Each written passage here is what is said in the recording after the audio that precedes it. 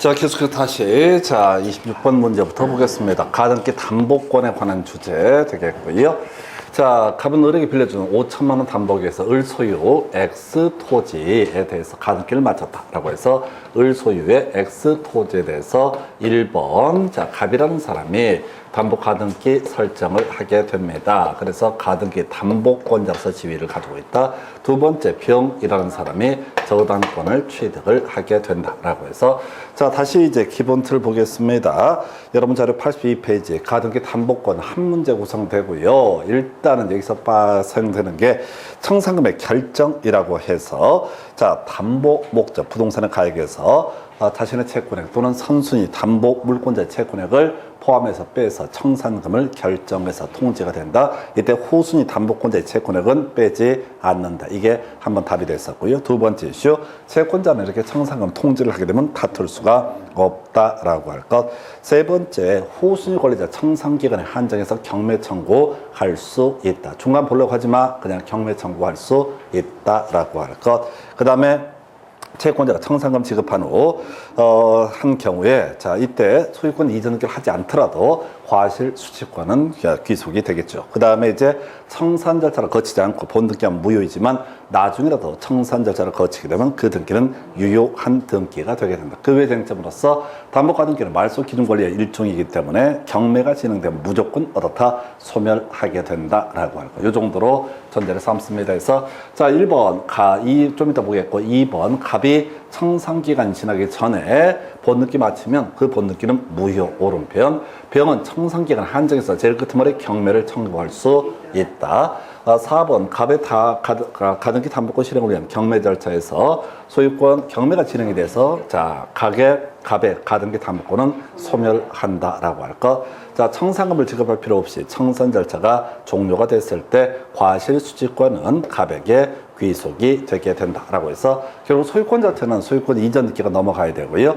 청산금을 지급할 필요가 없다. 그럼 청산금 중거로 똑같거든. 그래서 과실 수취권은 귀속이 된다. 답은 1번으로 보게 됩니다. 그래서 동시이행의 관계, 뒤에서 또 얘기했지만 피, 배, 임 세 가지만 어떻다? 동시이행의 관계다. 그래서 가등기 말소 의무하고요.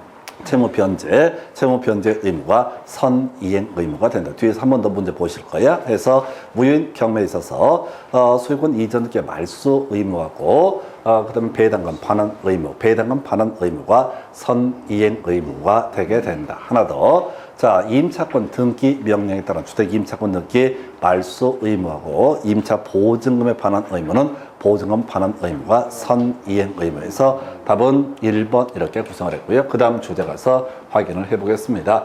갑은 을로부터 공사를 발주받아서 신축한 건물을 자신 점유하면서 바로 을을 상대로 유치권을 주장하고 있다. 그래서 을 소유의 건물에 대해서 갑이 유치권을 행사하고 있다라고 할 것, 틀린 것을 고르시오. 그래서 갑이 이 건물의 소유권을 취득하면 갑의 유치권은 인정되지 않는다. 자기 물건에 관한 점유에 있어서는 유치권은 인정되지 않는다. 혼동의 문제로 해석할 수 있습니다. 그래서 1번 옳고요. 2번 채권자 갑이 선관 의무를 위반하게 되면 채무자 을은 소멸을 청구할 수 있다. 불법적인 사용이라든가 선관 의무 위반에서 소멸 청구 가능했었고요.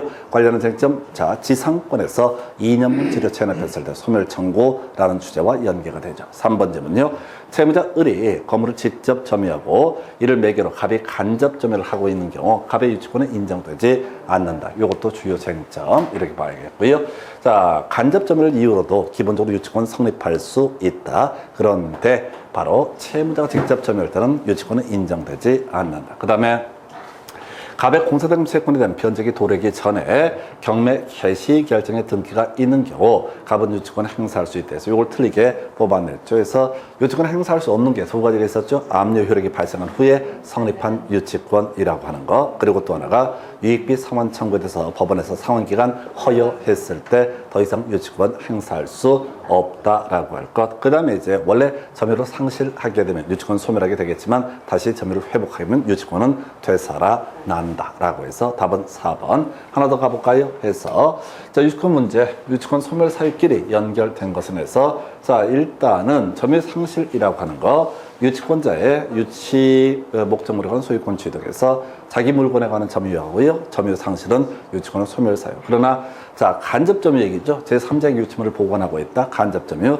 유치권은 성립하고 유지가 되게 된다. 자, 그 다음에 유치권은 물권입니다. 그래서 이 채무자가, 소유자가 제3자에 대해서 목적물을 양도했다 할지언정 유치권은 주장할 수 있다라고 합니다. 이 두 가지는 소멸사유가 아니죠. 그래서 기억니은 두 가지가 유치권의 소멸사유가 되게 된다. 이렇게 그림을 잡게 됩니다. 그래서 이렇게 해서 소멸사유 등에 관한 주제 확인을 해 보셨고요. 자, 그래서 여러분 자료 83페이지 가서 다시 한번 유치권 1년에 2문제가량 출제가 되죠. 기억을 해 보겠습니다. 그래서 유치권의 성립이라고 해서 일단은 채권이 문제가 되게 되는데 바로 목적물과 관련성, 연관성이 있는 채권에 대해서만 유치권 성립할 수 있다 해서 공사대금채권, 비용상환청구권 해서 여기서 이슈가 될 만한 것이 공사대금 채권 대신에 수리비 채권 이런 용어를 쓸 수가 있겠다라고 할 것. 그 다음에 비용상환청구권이라고 하는 것은 소위 임의 규정에 해당된다. 그래서 이것을 배제한 특약이 있다면 비용상환청구권이 발생하지 않기 때문에 유치권은 성립하지 않게 될 것이다. 두 번째 이슈. 채권자가 타인의 물건을 적법하게 점유하고 있을 때 유치권 성립할 수 있다라고 할 것. 그래서 자, 지금요. 이때 점유는 간접 점유도 포함되지만 그 밑에 나와 있는 것처럼 채무자가 직접 점유하고 채권자가 간접 점유하는 경우 이런 경우에는 유치권 인정되지 않는다. 타인의 물건에 관한 점유를 전제로 유치권 주장할 수 있다. 그래서 자기 물건에 관한 점유에 있어서는 유치권은 인정되지 않는다. 이렇게 정리를 합니다. 그 정도고요.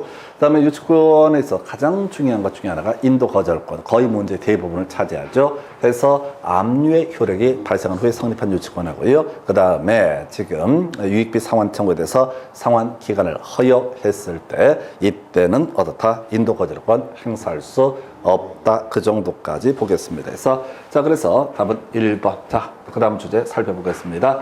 등기 등에 관한 설명 틀린 것을 고르시오라고 해서 자, 1번 상속인 사망이 있으면 어떻다? 소유권 상속인 취득한다. 법률 규정에 따른 부동산 물권 변동, 법률 행위를 원인으로 해서 소유권 이전 등기를 명하는 판결에 따라 소유권 취득에는 등기를 요한다. 해서 이걸 우리가 이행 판결이라 부르고 등기법에서 승소한 등기 권리자, 승소한 등기무자 단독으로 등기 신청할 수 있다. 10년 지나도 어떻다? 등기 신청할 수 있다라고 하는 거. 이렇게 그림을 잡게 되지요. 그래서 이렇게 보셨고 피담보 채권 소멸하게 되면 저당권은 소멸하게 된다. 그 다음에 이제 4번 무효인 등기 유형이라는 주제죠. 해서 기존 건물의 멸시로 건물의 신축이 됐을 때 기존 건물에 관한 등기, 신축 건물에 관한 등기로서 효력이 없다 해서 표제비 등기는 유용, 재활용을 할 수가 없다. 답은 이제 5번이 되잖아요.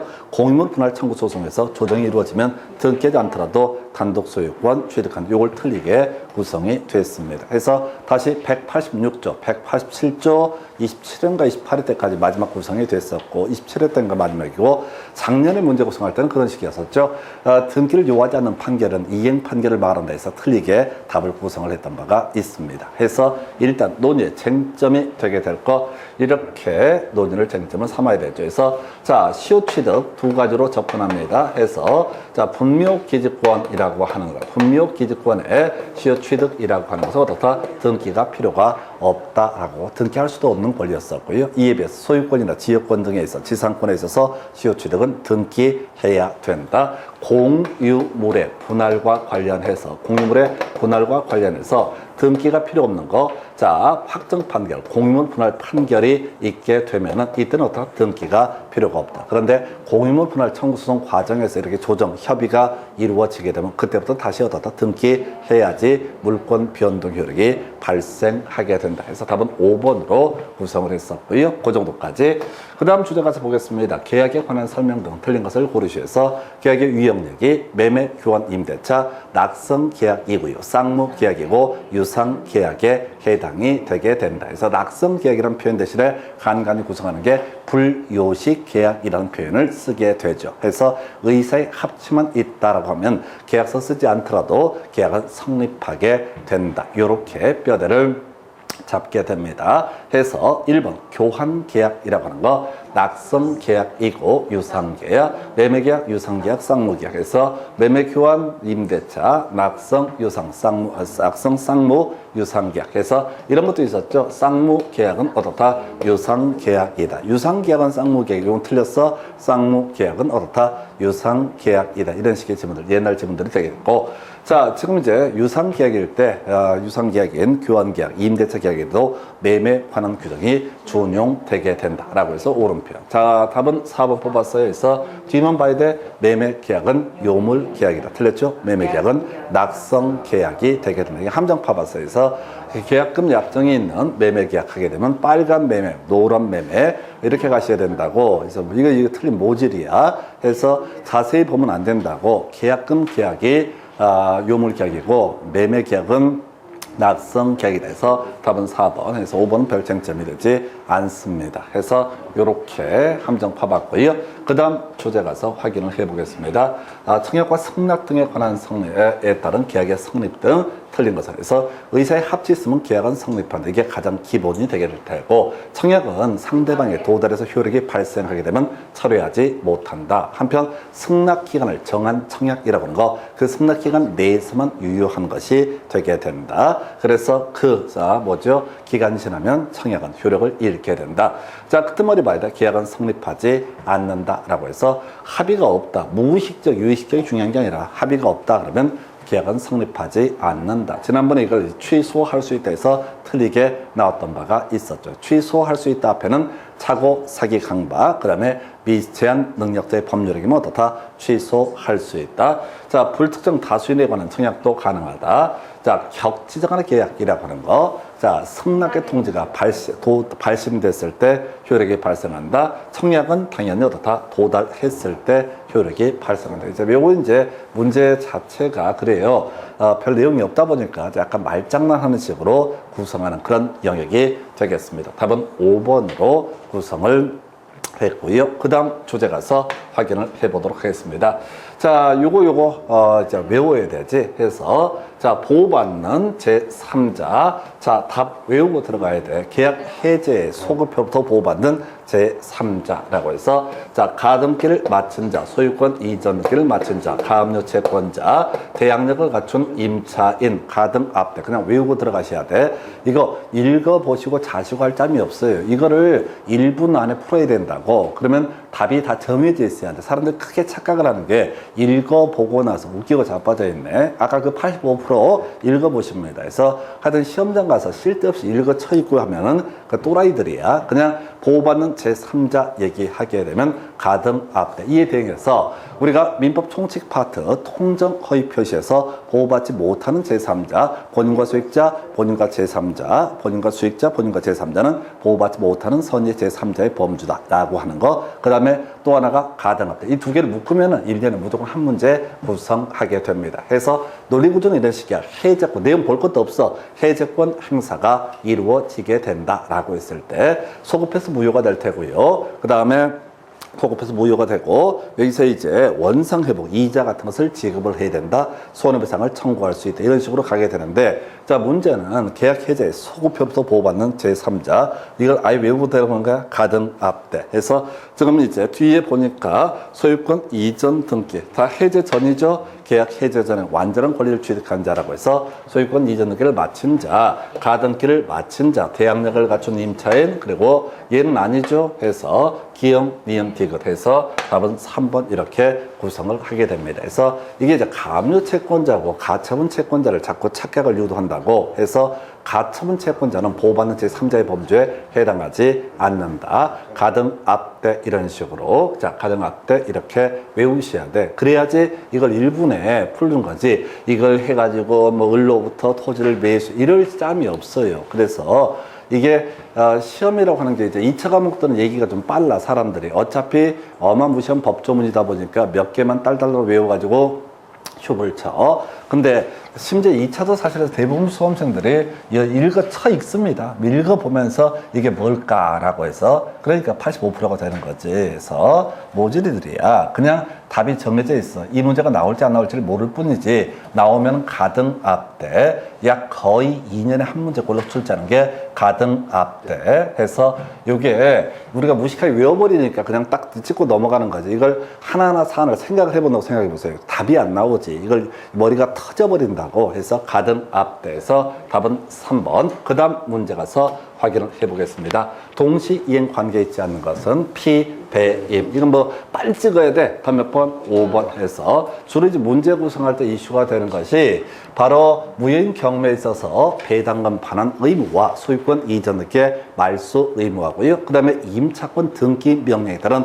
주택 임차권 등기 말소 의무와 보증금 반환 의무, 보증금 반환 의무, 돈부터 먼저 줘야지 이런 등기 등의 말소를 청구할 수 있다. 그냥 단순 암기야 해서 이 문제에서 답을 구성할 건 지금 두 개밖에 없습니다. 앞에서 우리 이제 먼저 채무를 변제해야지 저당권 등기나 담보가등기의 말소를 청구할 수 있다. 이 얘기는 자 지문 속에서 나오도 답은 안 되는 거야. 그래서 주로 이슈가 되는 것이 두 가지 해서 다시 피, 배, 임이라고 해서 답 몇 번? 5번 이렇게 가는 거야. 그래서 이렇게 그 다음 문제 가서 확인해 볼까요? 자, 지금 보니까 뭐가 있어? 수용 얘기 나와 있네요. 그래서 그러면 이게 바로 동자 위험 부담의 법리라고 하는 개념. 그래서 일단은 스토리 가야 되죠. 매도인이 잘못하면 매수인이 뭐라고 씨부리게 될 테고 매수인이 잘못을 하게 되면은 매도인이 뭐라고 씨부리게 될 테고 한편 매도인 매수인 양 당사자에게 책임 없는 이런 경우죠. 수용이라든가 화재로 건물이 소실이 됐다.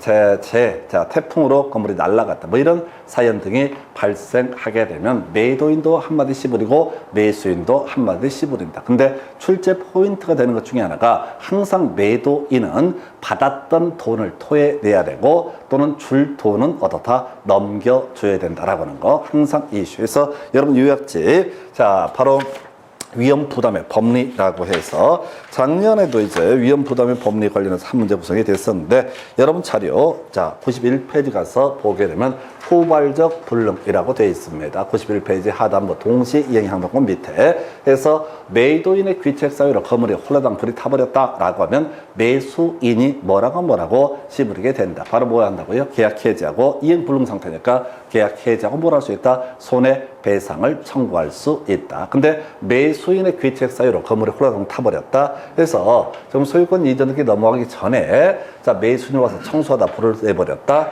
또는 매수인의 수령 지체 중에 양 당사자에게 책임 없는 사유로 인해서 이행 불능의 상태에 이르면 매도인은 자신의 채무의 이행을 면하게 될 것이고 매수인에게 대금 지급을 청구할 수 있다. 다만 자신의 채무를 면함에 따라서 얻게 되는 이득, 즉 소유권 이전 등기 비용을 매도인이 부담하기로 한 특약이 있었다라고 한다면 그 비용은 반환해야 된다. 이런 식의 논리 구조가 되게 될 것이고요. 하나 더, 자, 양 당사자에게 책임 없는 사유다라고 하는 거. 그럼 매도인은 일단 자신의 채무를 이행을 면하게 될 테고 매수인에게 받았던 계약금은 어떻다? 부당이득이니까 반환해야 된다. 한편 매수인의 입장에서는 뭘 할 수 있다고 그랬어요? 대상 청구권. 이게 앞에 저당권 물상대와 달라지는 부분이 그 대금 지급이 이루어진 상태에서도 바로 물상대위권 행사할 수 있다. 다만 물상대위권이라고 하는 것은 형성권이라고 해서 자신이 대상 청권을 행사하겠다. 대상 청권 얘기를 하고 있죠. 대상 청권을 행사하겠다는 의사 표시가 있어야지 효력이 발생한다. 해서 자 일단 가볼까요? 갑은 자신의 토지를 을에게 팔고 중도금까지 수령했으나 중간에 수용돼서 이행 불능의 상태에 이르게 된 누구 잘못 아니야? 양 당사자에게 책임 없다. 그래서 자 갑의 입장에서는 계약금은 누구한테? 을에게 반환해야 될 것이고 대신 자 이전 등기를 해줄 필요는 없다. 을의 입장에서는 뭘 생각할 수 있다? 대상 청구권이라는 것을 행사할 수 있다. 이렇게 가게 되죠. 그래서 1번 을은 자 계약 해지하고 손해배상 청구할 수 있다. 전보배상 손해배상 같은 얘기입니다. 틀렸고요. 2번 을은 수용 보상금의 양도 보상금 청구의 양도를 청구할 수 있다. 이걸 답으로 뽑았고요. 그 다음에 이제 5번 질문 착각할 들어갈 수 있는데요. 을이 매매된 전부를 지급하게 되면 갑의 수용 보상금 청구 자체가 을에게 귀속한다. 이거 아니란 얘기예요. 그래서 따로 이 청구가 이루어져야 되는 통장에 매수인이 매도인 통장에 입금했다고 해서 대상 청구 행사가 이루어진 것은 아니다라고 해서 답은 2번 이렇게 구성을 합니다. 그 다음 주제 가서 확인해 볼까요? 제3자 위험 계약 틀린 건 이제 보기라고 하는 얘기를 또 해야 되죠. 그래서 야야야야 제3자 위험 계약을 맺어보자. 요약자 알았어 낙약자라고 하는 거. 이 요약자와 낙약자의 관계를 보상관계, 기본관계라고 얘기를 하게 된다라고 할 거. 관련 쟁점 제3자의 권리라는 거. 자 바로 수익자한테 수익의 의사표시라면 발생을 하게 될 것이고 그 다음에 4번 제3자의 의사표시가 있게 되면은 이때는 제3자의 권리는 침해되지 않는다라고 할 것 이런 게 있습니다. 자 이때 이제 주된 이슈가 되는 거 답이 되든 안 되든 자 이행을 거절할 수 있다라든가 또는 대항할 수 있다. 아예 루틴을 외우셔야 돼. 대항할 수 있다는 얘기는 뭐야? 이행을 거절할 수 있다 이런 얘기. 보기 관계 근거면 어떻다? 대항할 수 있고 이행을 거절할 수 있다라고 해서 자 대항할 수 있다. 제3자에게 해서 보기 들어가야 되죠. 보상관계나 기본관계가 들어가야 됩니다. 그래서 3번 틀리게 뽑은 거예요. 원인관계 기한 항변으로 대항할 수 있다는 틀렸다고. 원인관계는 뭔지 몰라. 보상관계, 기본관계만 정확히 기억을 해 주실 거. 그 외 쟁점. 자, 요약자 해제할 수 있다. 수익자 취소하지 못한다. 라고 되어 있죠. 해서 제3자련 계획의 당사자는 요약자와 낙약자니까 이들만 해제나 취소의 문제가 있고 제3자 수익자라는 사람은 취소, 해제 등을 행사할 수 없다라고 이렇게 가게 됩니다. 그래서 지금 다른 얘기 다 빼버리고 그리고 잡다한 얘기로서 제3자한테 돈 달라고 하면 된다 안 된다? 안 된다. 이유 이하를 떠나서 그냥 복잡하니까 제3자 어리버리 돈 준다고 해서 여기에 끼어 들어왔는데 갑자기 어느 날 돈을 달라고 해. 얼마나 황당하겠어. 그래서 안 된다. 제3자에게는 돈 달라고 하면 안 된다. 화를 낸다 얘가. 그래서 자 가장 기본 제3자 지금은 이제 대항할 수 있다. 자신의 채무액을 거절할 수 있다. 복이 들어가면 어떻다. 이것은 대항할 수 있다. 즉 뭔 얘기냐면 요약자가 등기를 안 넘겨주니까 낙약자가 제3자에게 대금 지급을 하지 않겠다라든가 자 요약자가 제3자에게 대금 지급을 하지 않았으니까 나는 소유권 이전기 넘겨주지 않겠다라고 하는 거. 이걸 우리가 대항할 수 있다. 또는 채무 이행을 거절할 수 있다. 그래서 외우셔야 돼. 요약자와 낙약자가 마주 보고서 보기 관계 이렇게 이 기본 틀을 가야 돼. 여기다 머리도 좋으면서 원인 관계가 어떻고 수익 이지랄 하게 되면 개판돼 버리는 거야. 기본만 계속 가야 돼. 기본만. 해서 이 문제 답은 3번. 그 다음 주제 가서 확인합니다. 계약금에 관한 설명 옳은 것을 모두 고르시오라고 해서 해약금 배제 약정이 있을 때 해약금이나 계약 해제는 허용되지 않는다. 옳은표. 2번 니은번 매수인이 중도금을 지급해버리면 더 이상 해약금이나 계약 해제는 허용되지 않는다. 자, 그 다음에 계약금 지급이 없어도 어떻다? 해약금은 계약 해제는 허용되지 않는다. 그런 게 있겠고요. 매도인이 배액 상환에서 해약금은 계약 해제를 하고자 할 때 매수인이 수령하지 않았을 때 공탁까지 할 필요는 없다. 작년에 나왔던 질문. 그래서 자 지금 3개 다 옳은 표현으로 구성을 하게 됩니다. 계약금 계약 100% 나오는 문제 해서 다시 가볼까요? 계약금 계약이라고 해서 여러분 자료 93페이지 요물 계약이다 라고 이렇게 되어 있습니다. 그래서 계약금의 교부가 이루어져야지 계약금 계약은 성립한다. 계약금 계약이 성립해야지 해약금형 계약 해제를 할 수가 있다. 계약금을 일부만 지급했다. 그러면 계약금 계약은 성립하지 않기 때문에 해약금형 계약 해제 문제도 발생하지 않는다. 그 다음에 종된 계약이라고 하는 거. 계약금 계약은 매매계약의 종된 계약이다. 그래서 매매가 나가리가 되면 계약금 계약도 나가리가 되게 된다. 그러나 계약금 약정을 하고 계약금을 지급하지 않았다고 해서 매매 계약을 해지하거나 할 수 있는 것은 아니다라고 할 것. 자, 그리고 나서 계약금은 해약금으로 추정된다. 다른 약정이 없으면 이게 바로 뭐라고요? 임의 규정이다라고 하는 거. 그래서 계약금을 해약금으로 하겠다는 그 특약, 이걸 배제하는 특약을 맺게 되면 이때는 해약금은 계약 해제 허용되지 않는다. 그래서 계약금 계약이 일단 성립해야 돼. 해약금은 계약 해제 할 수 있었고요. 배제 특약 없어야지 해약금은 계약 해제 할 수 있었고요. 그 다음 마지막 지금 이행의 착수 전이다 라고 해서 이행의 착수 관련해서 그동안 문제 중도금 지급하고요. 등기 소위 동행 요청 여기까지가 바로 이행의 착수. 오래전 문제긴 한데 나머지는 다 이행의 착수가 아니다. 뭐 소송을 제기하든 말든 이런 것들은 이행의 착수가 아니다 라고 할 것. 그 다음에 이제 원상 회복 관련해서 원상 회복의 문제 발생하지 않고요. 손해배상 청구의 문제도 발생하지 않는다. 일반적으로 채무 불이행에 따른 계약 해제라고 하는 거 여기서는 문제가 됐던 것이 뭐가 있었어요? 바로 원상 회복 이자 지급해야 된다. 물론 28, 29, 30 최근 문제에서는 합의 해지에서는 이자를 지급하지 않는다. 이게 이제 논의의 쟁점이 됐던 바가 있습니다. 그 정도까지 살펴드렸어요. 그래서 답은 5번. 그 다음 주제 가서 살펴볼까요? 자, 을명의로 소유권 이전 청구 보전에 가등기가 맞춰진 갑소유 X 건물에 대해서 병이 경매를 신청했다. 그 과정에서 정명의로 소유권 이전기가 맞춰지고 매각 대금이 병에게 배당되었다 등 해서 가볼까요? 자, 이선 포인트 더럽게 어려운 문제인데 경매에 있어서 하자라고 하는 거. 이건 이제 우리 알 수 없어요. 알 수 없습니다. 이 문제는 그냥 시험 볼 때 열받으라고 되는 거예요. 최근에 나왔던 문제인데 두 가지만 기억하십시다. 자, 우리가 지금 이제 매매에 있어서 1년에 한 문제 구성하는 게 매도인의 담보 책임. 자, 여러분 요약집 가지고 다시 한번 체크해 볼까요?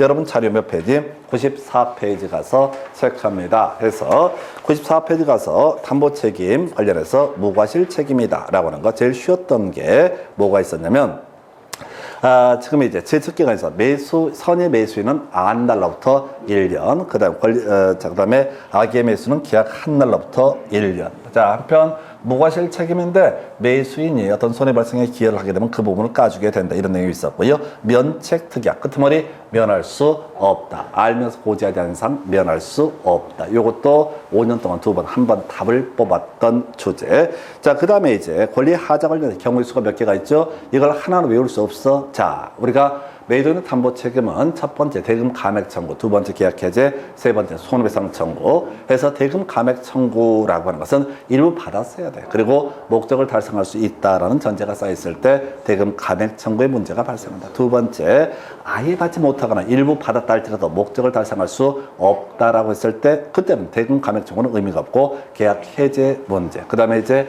경우에 따라서 손해배상 청구의 문제로 연계되는데 손해배상 청구는 딱 한 가지만 기억을 해야 되죠. 바로 저당권 실력에 따라서 권리를 취득할 수 없게 된 악의 매수인도 다 손해배상을 청구할 수 있다. 이런 것을 가리켜서 매도인의 담보 책임, 물건의 하자라는 개념도 있었고요. 그 다음에 경매 하자, 딸랑 2개 정리했습니다. 그래서 무효인 경매에 있어서는 무효인 경매에 있어서 담보 책임이 문제가 되지 않는다. 그 다음에 경매에 있어서 유효인 경매에 있어서 물건의 하자라는 것도 다 문제가 되지 않는다. 2개만 가는 거야. 해서 무효인 경매에 있어서 지금 권리 하자에 관련된 담보 책임 문제가 되지 않는다. 그 다음에 이제 저런 경우잖아요. 땅을 낙찰을 받았는데 그 밑에 쓰레기가 이빠이 쌓여있는 그런 경우가 있다. 이런 걸 우리가 물건의 하자. 그러나 경매에서 낙찰 받았던 그분이 어머 내가 이 땅 낙찰을 받았는데 밑에 쓰레기가 쌓여있네. 그래서 물리자 이런 것은 허용되지 않는다. 그래서 1번, 2번 X건물 자체 하자가 있을 때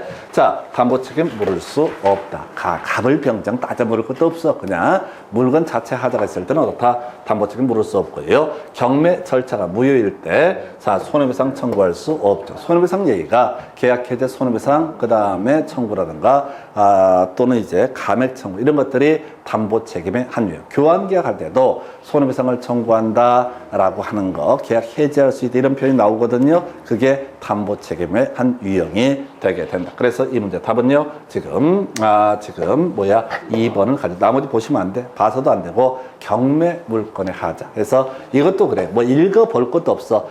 경매 절차가 무효인 경우. 그럼 눈치 바로 까고 이걸로 끝내버려야 돼. 그래서 요 정도. 그러면 이제 남는 주제가 뭐가 있다고? 물건 자체 하자라고 하는 것도 담보 책임 물을 수가 없다라고 해서 나머지 의미 없습니다. 그 다음 주제가 있어. 임차권 관련해서 임차인의 권리 등에 관한 설명 옳은 것은 해서 뒤에 가십시다.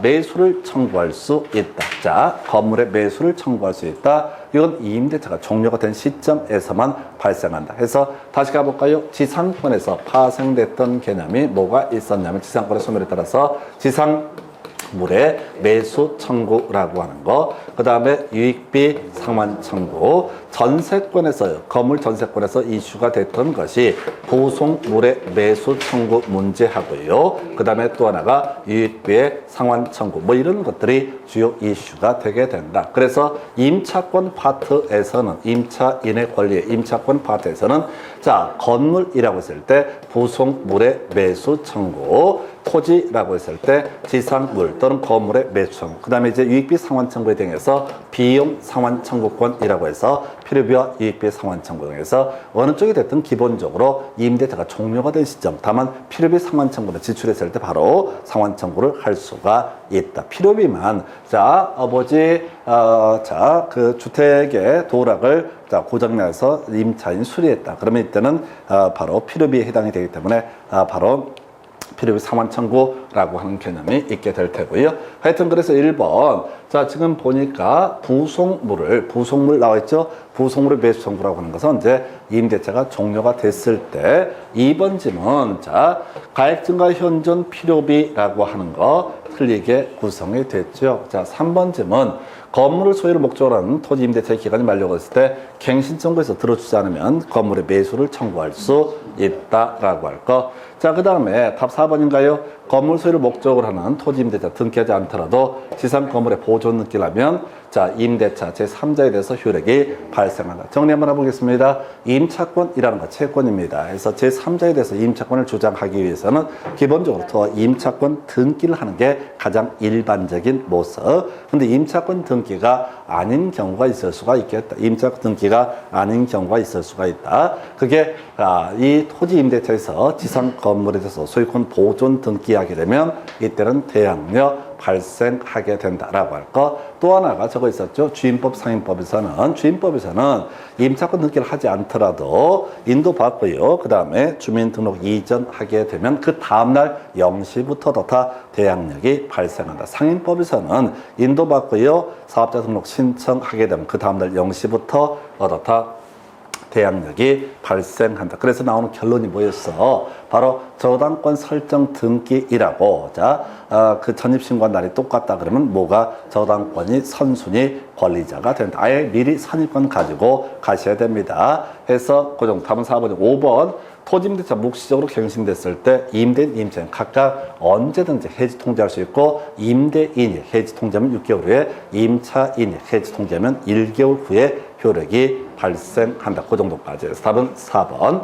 자, 그 다음 주제 가서 보겠습니다. 자, 보니까 주임법인가요? 해서 자, 갑은 을에 저당권이 설정되어 있는 병소유의 X주택을 보증금 2억이 임차해서 해서 병소유의 X주택에 대해서 1번 을의 저당권이 설정이 되어 있고, 2번 갑의 주택 임차권이라는 것이 성립하게 된다. 그 다음에 그 후에 정의 X주택에 대해서 자, 바로 갑을병정이라는 사람이 저당권을 취득을 하게 된다. 그래서 경매가 진행이 됐다. 1번, 을의 저당권은 당연히 말소 기준 권리니까 소멸하게 된다. 자, 갑은 병에게 또는 무에게 보증금 반환 청구를 할 수가 없죠. 왜? 말소 기준 권리이기 때문에 저당권부터 밑에 있는 권리는 모두 다 매각으로 소멸하게 된다. 임차권 소멸하니까 기존 집주인이라든가 또는 낙찰받은 분한테 대항력이 없기 때문에 이게 저당권보다 선순위 권리자가 아니기 때문에